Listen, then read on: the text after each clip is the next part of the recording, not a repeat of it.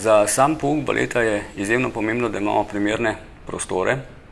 To se pravi baletna dvorana, ki je dovolj velika, dovolj zračna, opremljena v prvi vrsti z baletnim podom.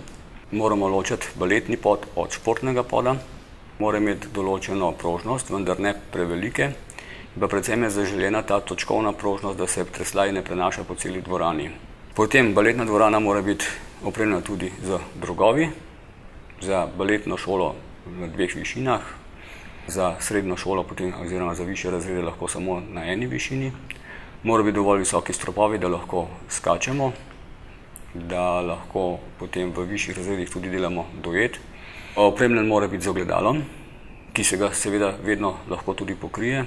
Namreč gledalo je namenjeno temu, da plesalci preverijo svojo pravilno delo, ni pa namenjeno temu, da se ves čas gledajo, ker če se ves čas gledajo, pol pozabijo, da je treba tudi uporabljati polmov in ko pridejo na oder, ni ogledala in smo izgubljeni. Opremljen mora biti z audio opremo, po možnosti tudi video opremo in pa seveda, če le imamo možnost, mora biti opremljen z klavirjem oziroma z inštrumentom, kajti v 5. razreda naprej je obvezen prisotnost korepetitorja.